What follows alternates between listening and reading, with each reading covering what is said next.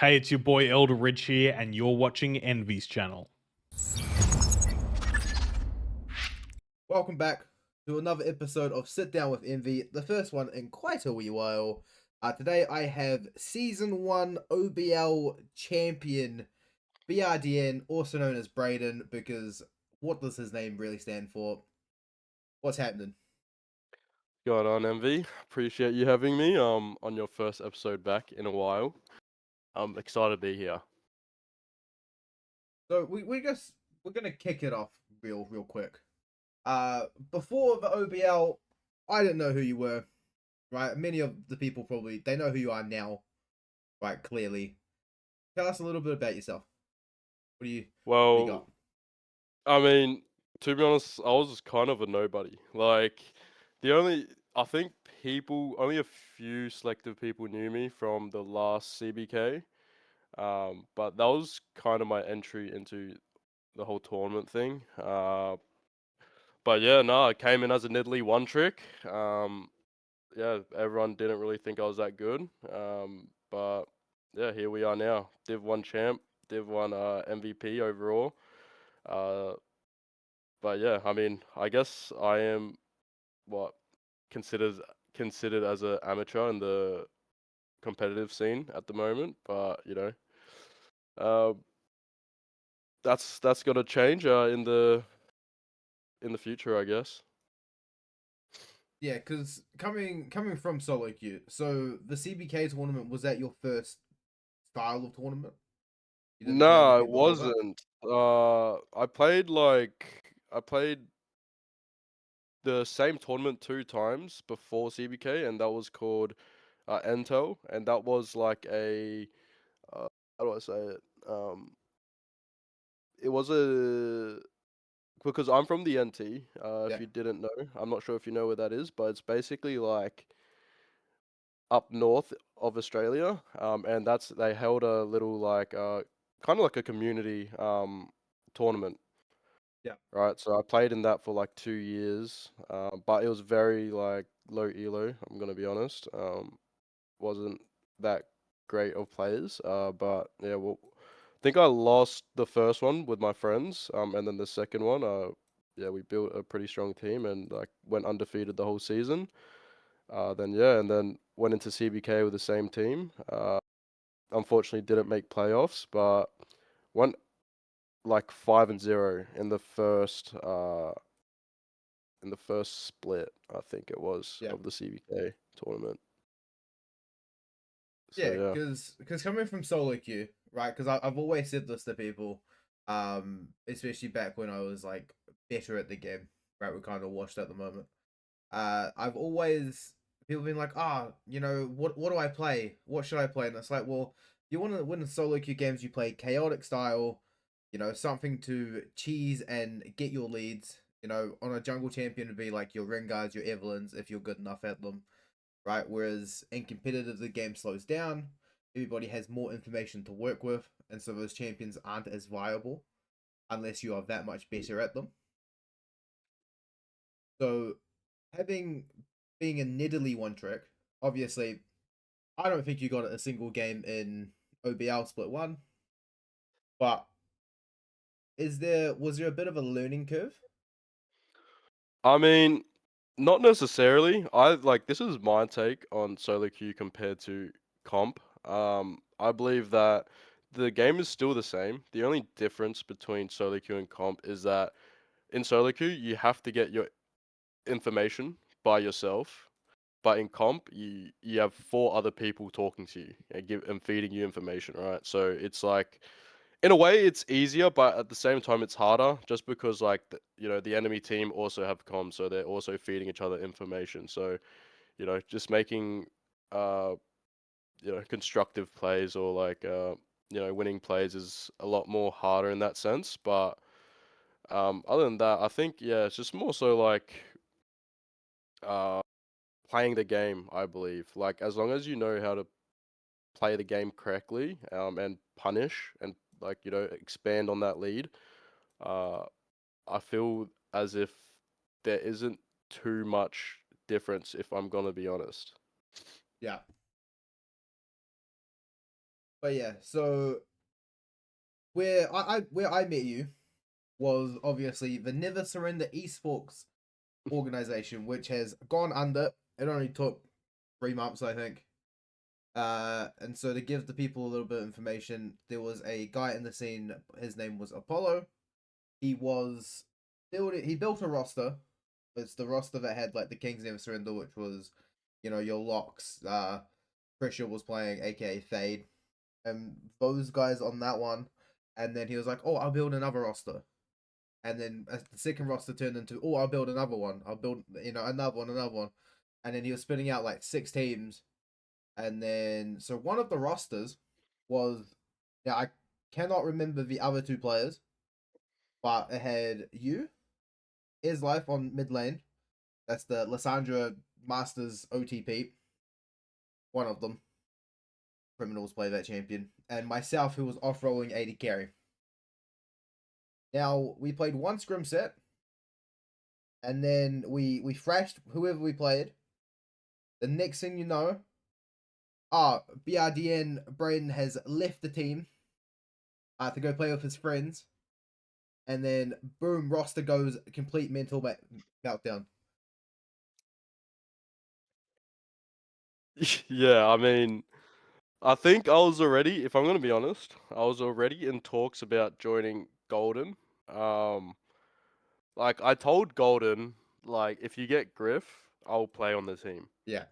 That was like my only condition to join his team. But Apollo, he was like kind of like, almost like pushing me to join. So I just said like, yeah, sure, but I did give him the heads up that like I might be leaving. Like, Yeah. but yeah, he clarified that yeah, nah, it's okay. Like if you don't feel like, you know, you're right fit for this team or whatnot, like you can just leave whenever. I'm like, cool. So yeah, so I did play that one scrim with you guys. I believe it was against Cadence's team at the time. It might have been. Yeah, yeah. But yeah, we did demolish them. But then yeah, I got the thumbs up from Golden, so I was like, see ya. Because Uh, and then yeah. at that same time, I remember, I think it was Titans jungler Tico. Was that his name? I can't remember. Can't Um, remember. but one of the other like players like had like a hissy fit that there were so many teams, and you're not gonna be able to look after us because you've got too many hands in the cookie jar, and so like he left the org. So Apollo dismantled a few teams, and then he came back to the org, and like it was just a whole like, you need to look after me type meltdown. Which on my little tangent is kind of funny because he ended up leaving the roster anyway, so he didn't have to play. That's how Supsu came in for jungle, and the same with Lysar for mid, because Veracity was like, well, if he's not playing, I'm not playing. And so it was like, oh my god, shit went sky high so quickly for nearly every single Never Surrendered team, except for obviously Kings. Uh, talking about like teams going boom. Let's talk about how you subbed in that oh no, not you subbed in. Your friend Tezza subbed in for your team. My friend Tezza. Okay. And Um. then you boomed. So here's the way I now look back at it. When you are subbing for a team, now don't get me wrong, from what I know, Lysa asked for him, right? And so it's like, okay, like fair, like whatever, right? Lysa was the team captain. I just went with it. I was like, I didn't really like Tezza before that anyway. 'Cause to me, he's always seemed like I would put him down as like a noob stomper, right? So he will, Mm. if he is better than you, he will play. Man, I remember him playing Corky Jungle in one of the in-house servers, and like just stuff like that. And it's just he's trying to demoralize the other person instead of like showing at least like respect. Which, whatever, fine, happy days. And obviously YVS came in for top lane as well. Um, because like somehow we managed to have points for both of them, which was like fine. And then so the game start, we had a plan. Now this was entirely my fault because it was left open. We had the ability to play Lucian Nami in game 1. And so we first picked Lucian because it's left. And I was a bit of a merchant when it came to playing AD carries because I didn't play AD carry. So the only ones that I was like comfortable playing were the ones that used to play in mid lane because I'm so old at League. So that would be like your Lucian, your Tristana, your Corki, and like Misfortune was like the fourth one. And so like if you ever like look back at any of the Emperor games, I'm on one of those 4 champions or the likes of a Varus or a Jhin because they're the setup champions. They don't have to carry the game because I shouldn't have to carry the game with being like off roll. I just can't be too much of a liability. So I completely fucked the draft game 1 because they left Lucian. We ended up pairing it with Nami, and then we go into a laning phase. I can't remember what they were playing, but my Nami lost Flash and Ignite level 1 before minions spawned and still died. So the lane which we went to bully them with, we've already lost both of my support summoners. And so I actually can't bully anything anymore. So I just felt like half a champion the entire game. So we eventually lose that one, right? And then because I am who I am, and Tezza is who he is, Tezza was streaming his POV only because he was like on my team. You know, he's using me for clout at this point, which is like whatever. And then I get a DM from someone of a screenshot where Tezza's messaged Galaxy, have I ever told you I'm so glad you're my AD carry? Because I've just subbed in for Envy. And it's like, first of all, bro, add context. Mid main, non AD carry player. Apollo rage quit the fucking team after losing to fucking Wrangle. And so I'm out here, you know, doing Lysar and Supsu like a solid by playing. Yeah. And I'm playing with someone who I cannot communicate with bot lane because he speaks very little, like nothing against the guy, but he speaks very little like English. And I'm already not wanting to communicate because I'm having to spend too much time trying to play the lane. Like I'm not in like a flow state because it's not my main role. So I'm using more muscle memory to play. And so, you know, when you add all that together, and plus I think he goofed my laning phase. Right? Obviously I probably, if you look back at it pixel by pixel, I probably made a mistake. But on the big point, it's like, you know, it feels like I was kind of hard done by in that game. Then we play game 2, where we kind of just roll them. And I think that's the Misfortune game. And so we beat them pretty handedly. And so that one was like all peachy, you know. Didn't die in lane. We made it through. Then we go game 3. Now, with here's a style of communication, which by now, like, we'll get into your stuff next, right? But now, knowing everybody knows that Tezza does not shut the fuck up, right? Like, he's just full go, go, go, go, go. He doesn't like losing, which is, you know, you can kind of respect that part, you know, about him, is that, like, he's always playing to win. But when it's not your team, you don't really get to be mad at the players you're subbing in for and subbing with because you kind of put yourself in that position. And so in my mind, it felt like I was getting berated quite a lot. And, you know, not that I want to use other people as like the thing. I've had multiple people be like, hey, yo, he kind of just blamed you the entire time, even when you weren't doing anything wrong. And so it's like you then get that in your own head while you're playing. And we're playing Varus into Smolder in game 3. And it got to a point where we're even in the game. Because obviously this is the main point. Like the main part where like I threw the game. And what ends up happening is it just in the back of my mind that's like, fuck, we're getting outscaled, we're gonna lose. I need to make something happen. Yeah. And so I flashed Varus ulti, missed it, because like a few minutes prior, I caught the Smolder on left side of mid wave, with the fucking Varus ult blind, and me and Tezza end up killing him, right, to like put us back into like a winning position. You know, none Mm. of this stuff ever gets mentioned, by the way, is the fact that I'm the one who caught him using the Varus ult. But you know, I digress. So we get to that part, and you know, my super obviously, you know, if I watched back someone, I was like, oh, what the fuck are you doing there? But since it's me in the moment, and all I feel is like, holy fuck, I'm just getting berated, I have to do something. You know, Yeah, yeah. we make the move, we die for it, we snowball out, and we lose the game, right? So we go down 2-1, and so like I'm kind of just like sitting there, and it's like, what the fuck? I kind of don't feel like playing after that.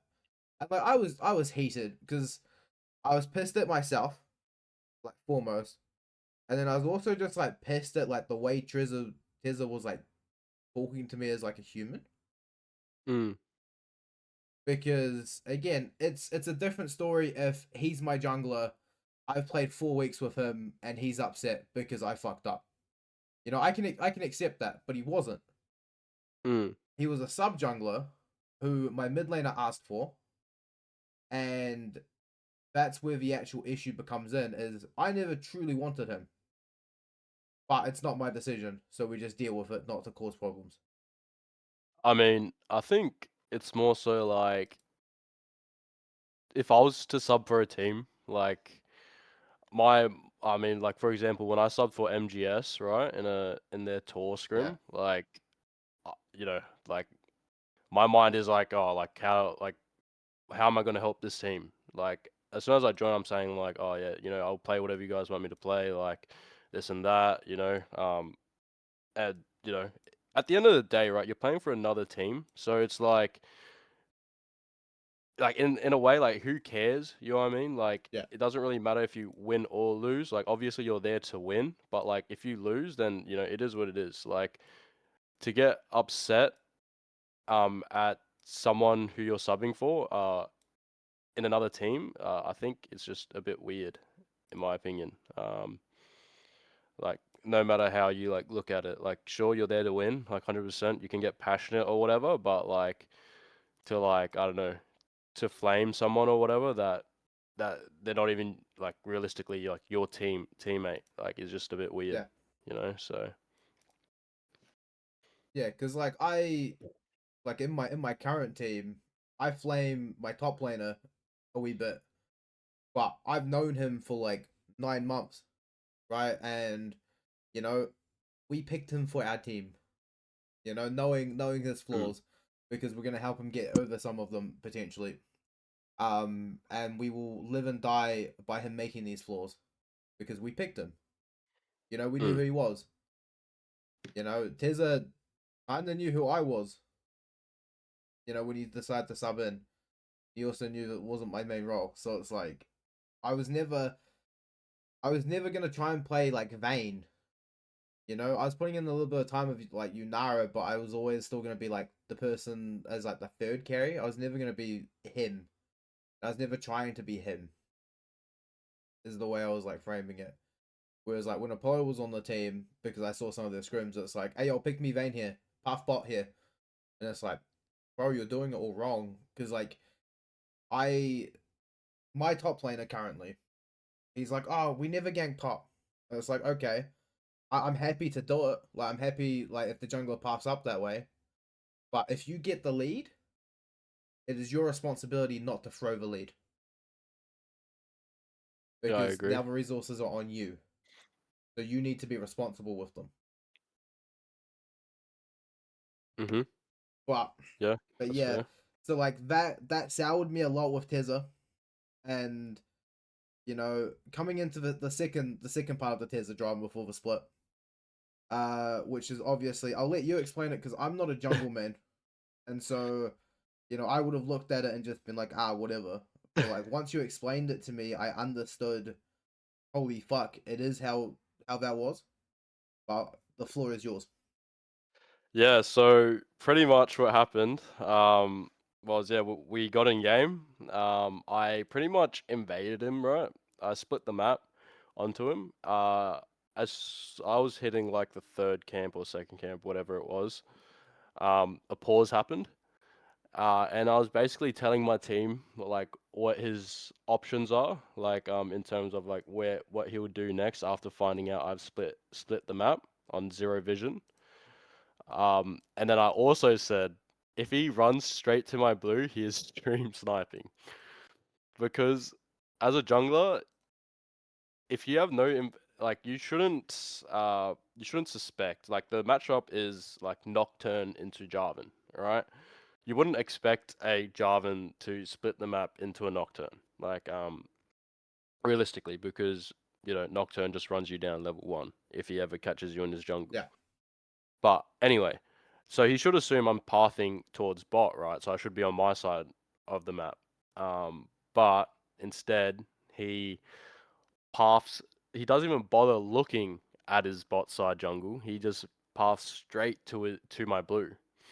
Um, which I talk to a lot of high elo junglers. I let them see the clip, and they're like, "Yeah, this is just grief because one, it's just the most coin flip play ever, and two, it's like, oh, how do you know he's actually like splitting the map here? And if you run to my blue, considering that you're assuming that I'm pathing top to bot, what if like I did path top to bot, right?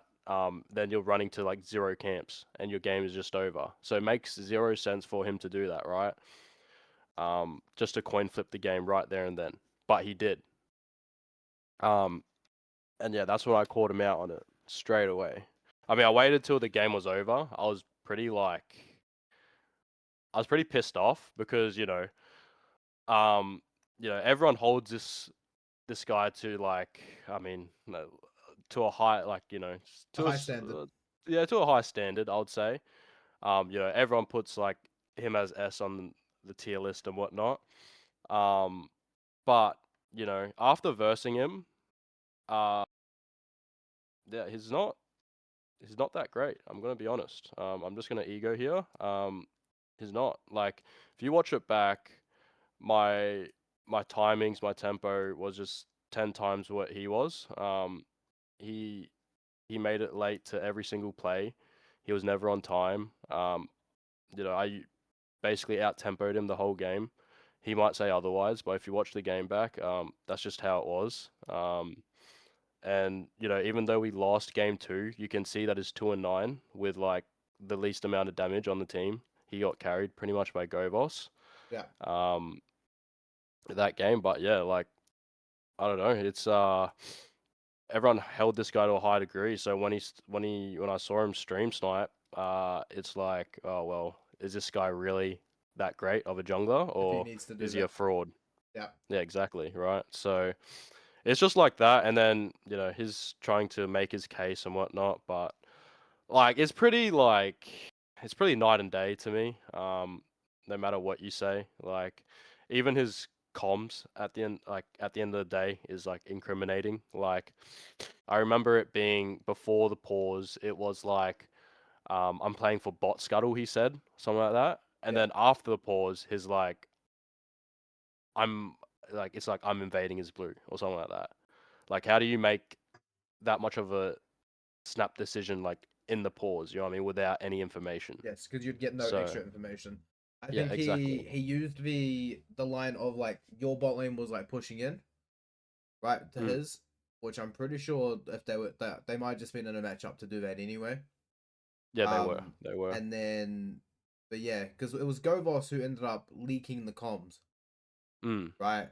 Yeah, he Because did. Govos was the one who was the reason of the pause, and so it's like that is damning because how again, as you said, how does your entire game plan change after a 5 minute pause with no extra information given?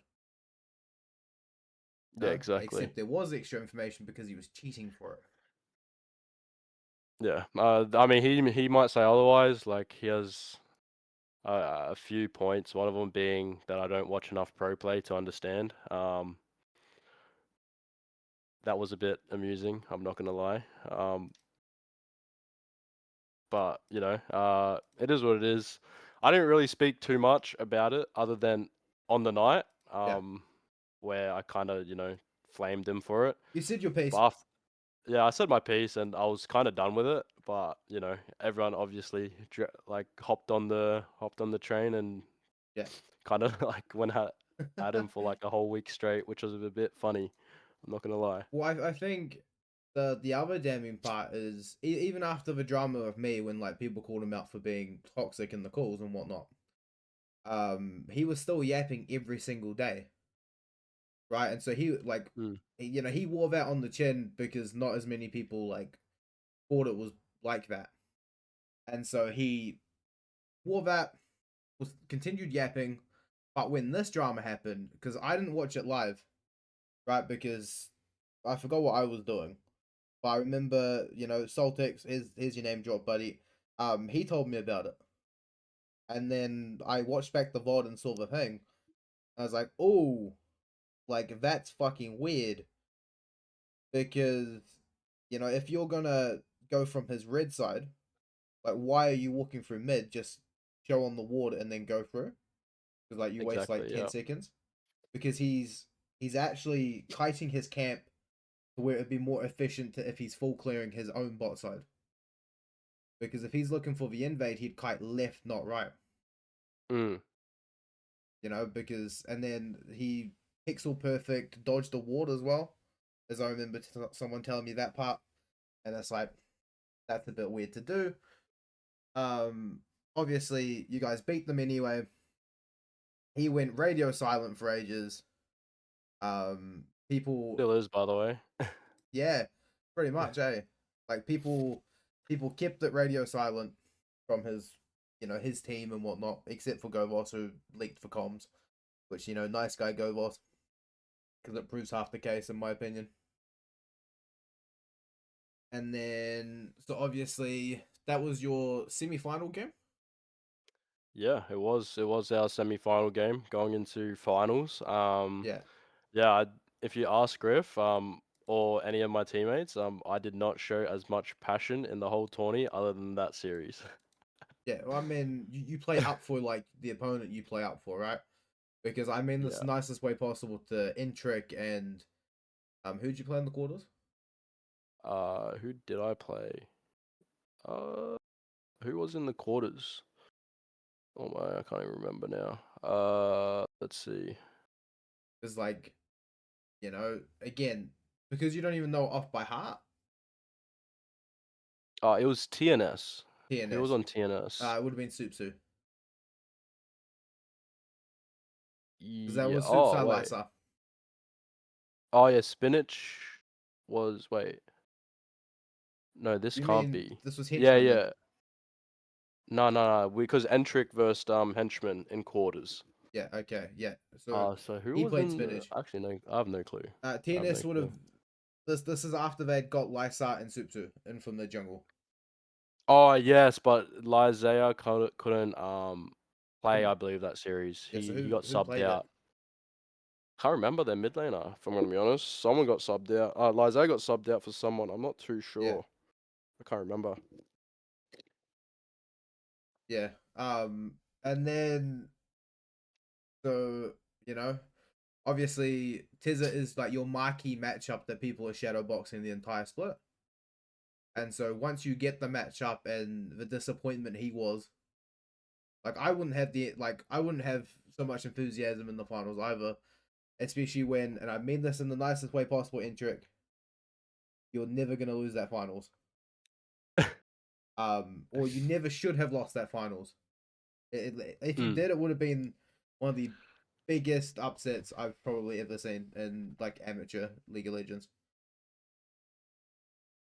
Yeah, I mean, like, yeah. Honestly, I was like a bit of backstory.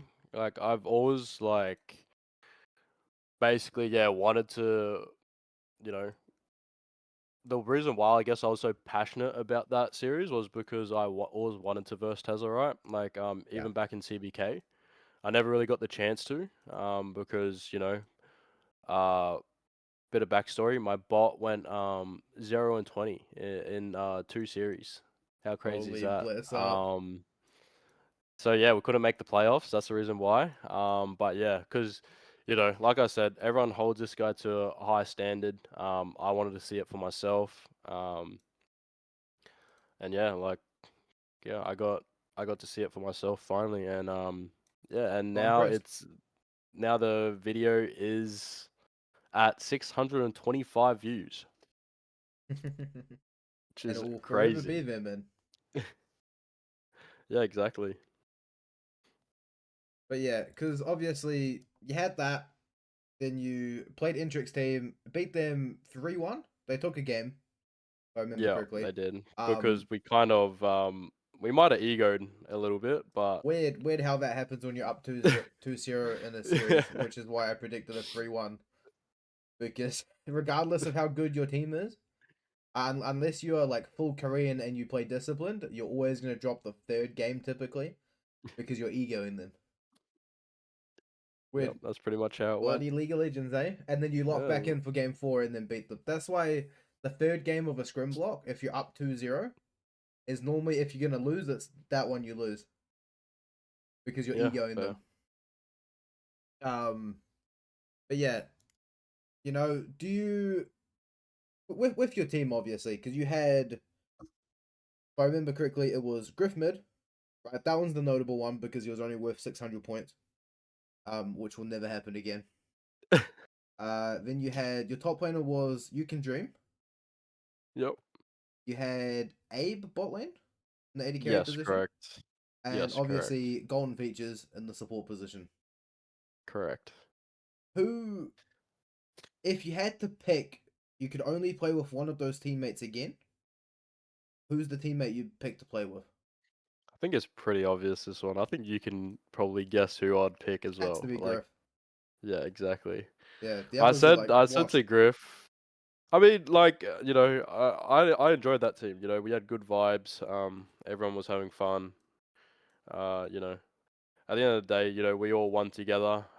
But my right hand man was Griff. Like during that whole season. Mid jungle duo. Of the season.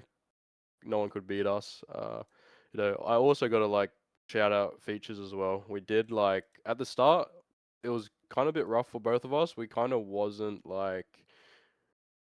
working together. We had kind of no synergy when we were roaming, but Yeah, at towards the end, we uh we found we came together and we built synergy and started roaming together a lot. So yeah, but yeah, I would pick Griff for sure. yeah. Because I had someone in the general chat the other. It must have been yesterday. Because they were like, "Oh, why are you?" I think it was Lucas. Why are you scrimming so much? Just pick good drafts. And I was like, well, even if the scrim isn't super helpful because the tournament's still like 2 patches away, it's just about building good tendencies as a team, like together. Like if there are small things which I can notice that my jungler does or my support does, and it's like, okay, well I'll put my ward here so he's not spotted when he does this roam that he usually will do in a game, right? Or it's 4 minutes in, he's taking his first back. I know he's gonna look mid lane before he goes back to bot lane. Let me either prep the wave, force the mid laner to the correct side, or tell him it's not possible. Just go back to your own lane. Just like small fundamental things. And it did look a little bit rough for you guys at the start. Obviously, you had the fucking rotating door of junglers. Soltix was sitting on the bench. Endless, the Skarner OTP was sitting on the bench as well. So like you just had a plethora of junglers if you weren't playing very well, just at the disposal. Sorry, what was that? Sorry, I had someone yapping in my ear. I got ganked IRL. Holy. So man, now I've lost my train of thought. So obviously you guys had two junglers on the bench as well. You had Soltix Yeah, and Endless. Endless correct. typically being the Skarner OTP. Now I was making a comparison with, even though the tournament, like the next one is about 2 patches away, so to speak. So Yeah. some of the champions will probably be different to what's good and what isn't good. So practicing champions isn't very important yet, but even just like learning people's tendencies. So like you and Mm. features would have been a good example of your tendencies didn't match, the puzzle pieces didn't connect together yet. But if you notice little tiny things he does, you can adapt your game very smallly to then cover some of those tendencies or to help raise up the tendencies. So I was making the comparison to, like, support on first base, walks mid, right? Then as a mid laner, I can either look to control ward the side that he's normally going to come from. I can tell him, hey, it's not actually gankable right now. He's got everything and we can't kill. Just to smoothly transition the game just based on playing with the person more. Yeah, no, I agree. I think for me and features at least, I think our tempo was a bit scuffed, so we were like basically like let's say for like objectives or whatever, like we were basing at separate timers, so we'll be like we'll be off on each other's tempo, but as soon as we like fix that and we're basically basing at the same time, opening onto the map like at the same time, we can like look for more players together because like we're basically on each other's screens, ready to go. Yeah. Um, so yeah, that's like maybe like a small minor detail there. In terms of like tendencies and whatnot. But yeah, because as like I like playing, people know me as like a really aggressive jungler. Um, so like features kind of picked up on like what I wanted to do most games if I had like winning lanes is like Yeah. I just go and invade and go fist their jungler pretty much. Yeah. So yeah, so he'll make sure like waves pushing or whatnot, like ready to go for when I want to fight. So yeah, just more stuff like that like matters, when you're playing comp for sure. Yeah. Right. So as we transition to talk about the next split, I I'm gonna steal this format from one of the other podcasts I listened to. I want your good point about OBL Split One, your bad point about OBL Split One, and then something that you think could be improved on for the next split, or in a split in the future, just like constructive criticism type of deal. Oh my. Okay.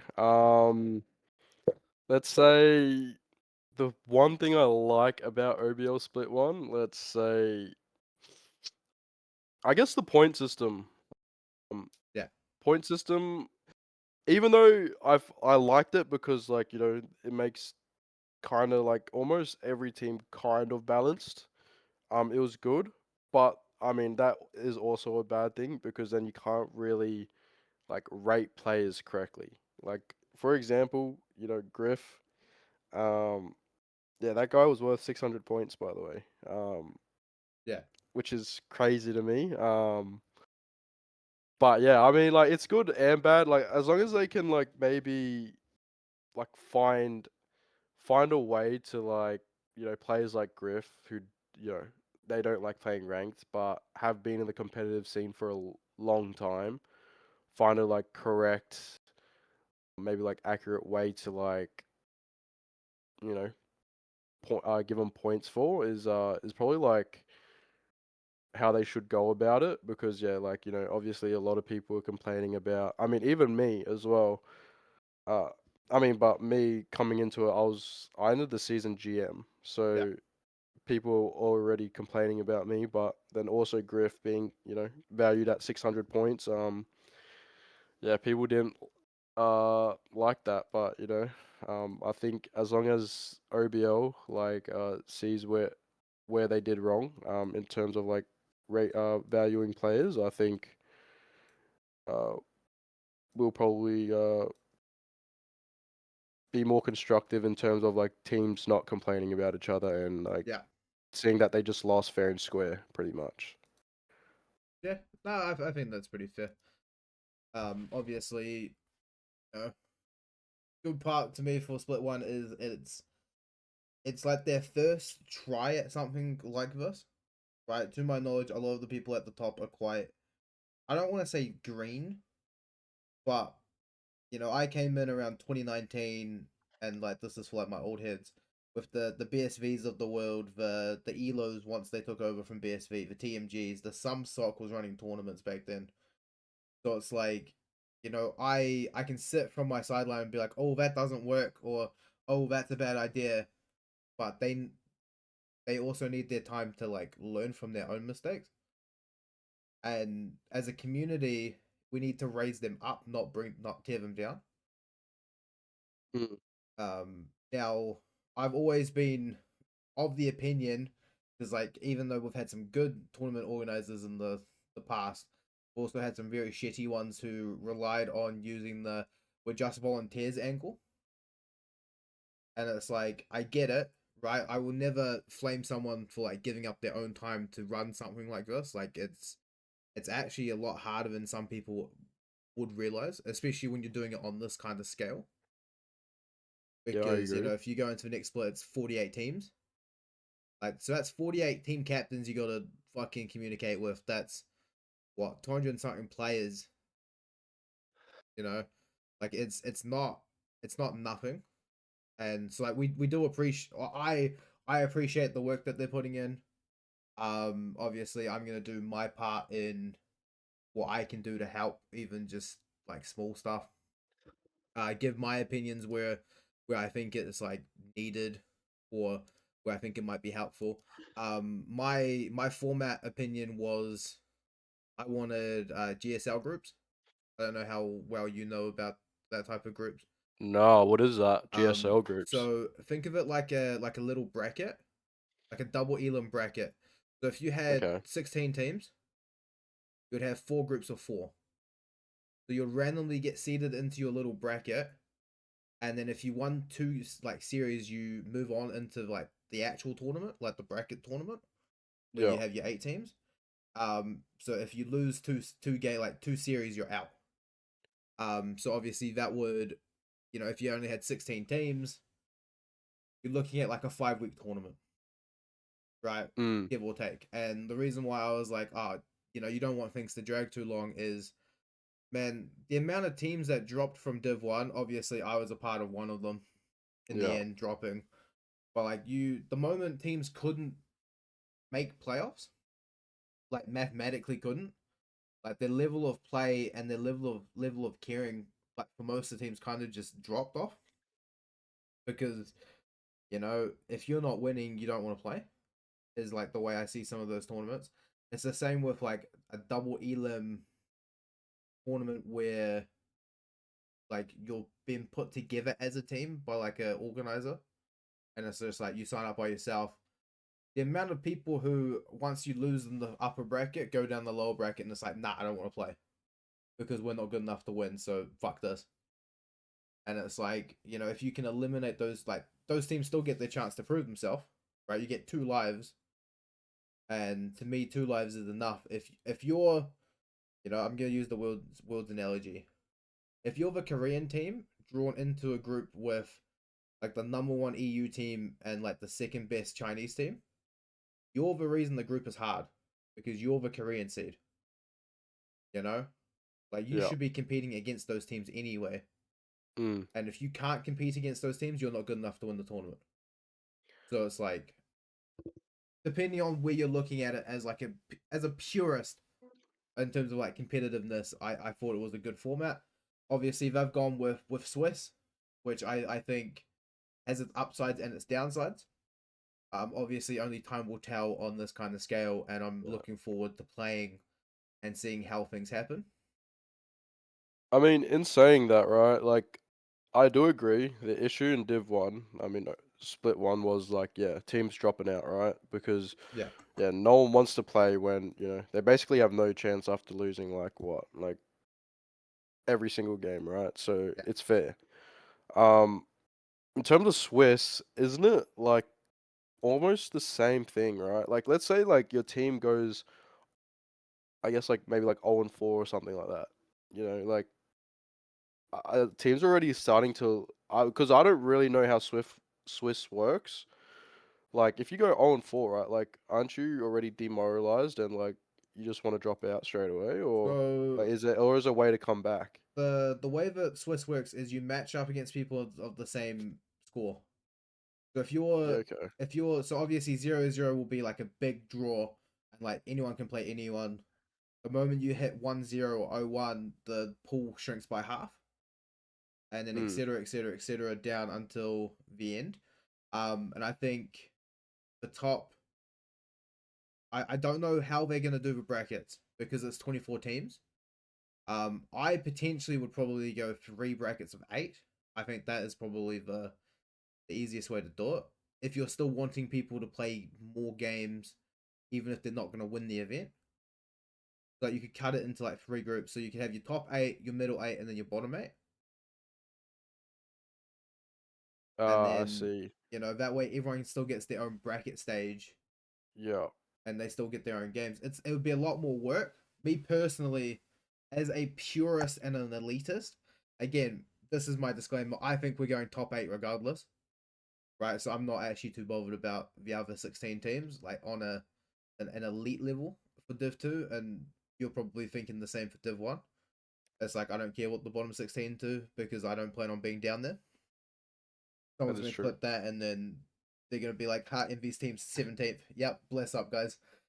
But in my eyes, it just depends on how much extra work people are wanting. Mm. Because obviously, if you just go top 8 teams from each group, like each Div 1 and Div 2, then like you get like the elite of like the best top 8 teams based on what's less. Because Swift is Swift is very very like forgiving. Like there's only, obviously this isn't Worlds because Worlds is currently running on a Swift system. One of the years KT got completely fucked by the bracket draw because they ran into like a Korean team and a Chinese team, and I think like G2 or some shit. And so it's like, in theory, they're not meant to win any of those games, and then they went out in the 2-3, one of the only Korean teams not to make it. But they got one of the hardest roads possible. So like, I guess one of the only bad twist draws would be, my team versus Shuri's team in the 0-0 game, and then someone has to go down 0-1, and then one of the teams might end up 0-2 when they don't deserve to be down there,